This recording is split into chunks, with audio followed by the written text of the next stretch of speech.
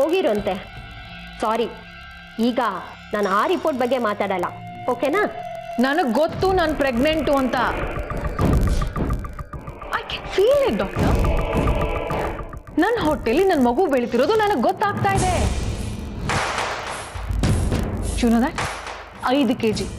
ಐದು KG weight ಜಾಸ್ತಿ ಆಗಿದ್ದೀನಿ.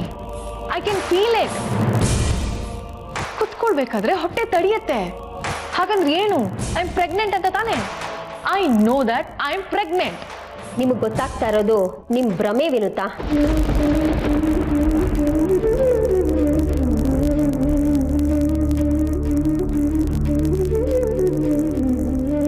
ಅಂದ್ರೆ ನೀವು ಯಾವತ್ತೂ ತಾಯಿ ಆಗಲ್ಲ. ಇದು ಒಂದು ಮಾನಸಿಕ ಕಾಯಿಲೆ. ಇದನ್ನ ನೋಷನಲ್ ಪ್ರೆಗ್ನೆನ್ಸಿ ಅಂತ ಹೇಳ್ತಾರೆ. ನಿಮ್ಗೆ ನೀವೇ ತಾಯಿ ಆಗ್ತೀರಾ ಅಂತ ಅನ್ಕೊಂಡಿದ್ದೀರಾ.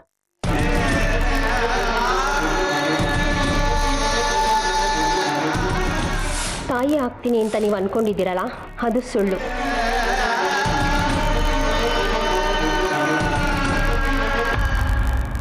I am sorry. ನಿಮ್ಮ ಹೊಟ್ಟೆಯಲ್ಲಿ ಮಗು ಇದೆ ಅಂತ ನೀವು ತಿಳ್ಕೊಂಡಿದ್ದೀರಾ, ಅದು ಸುಳ್ಳು.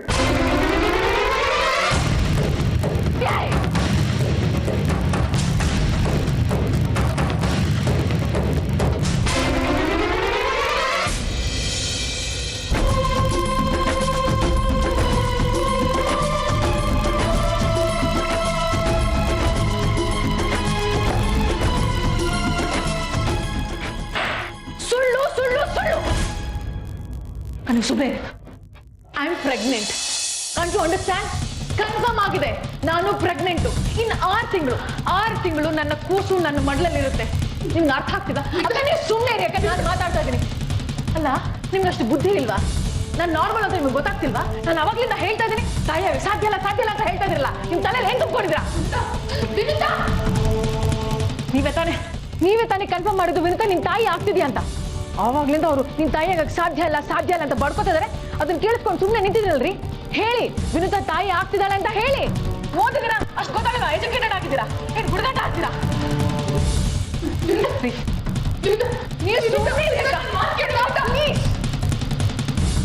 ನೀವು ಯಾವ ಯೂನಿವರ್ಸಿಟಿಲಿ ಓದಿದ್ದು? ಯಾರು ನಿಮ್ಗೆ ಸರ್ಟಿಫಿಕೇಟ್ ಕೊಟ್ಟಿದ್ದು? ಬುದ್ಧಿ ಇಲ್ವಾ ಅವನಿಗೆ? ಏನ್ ಓದಿದ್ದೀರಾ? You not educated. ನಾನು ತಾಯಿ ಆಗ್ತಿದ್ದೀನಿ ಅಂತ I can feel it. I am pregnant. ಆ ಡಾಕ್ಟರ್ ಕನ್ಫರ್ಮ್ ಮಾಡಿದ್ದಾರೆ. ಅರ್ಥ ಆಗಲ್ಲ ನಿಮ್ಗೆ? ನಾನು ತಾಯಿ ಆಗಕ್ಕೆ ಸಾಧ್ಯ ಇಲ್ಲ ಅಂತೀರಾ? ಸಾಧ್ಯ ಇಲ್ಲ ಅಂತ ಹೇಳ್ತೀರಾ?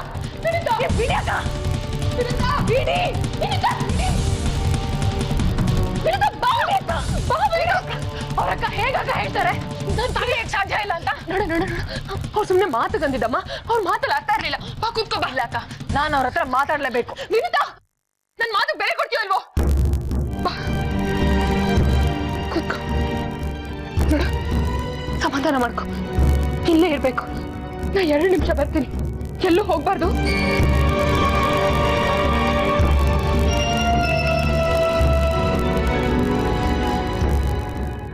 ದಯವಿಟ್ಟು ಕ್ಷಮಿಸ್ಬಿಡಿ ಡಾಕ್ಟ್ರೆ.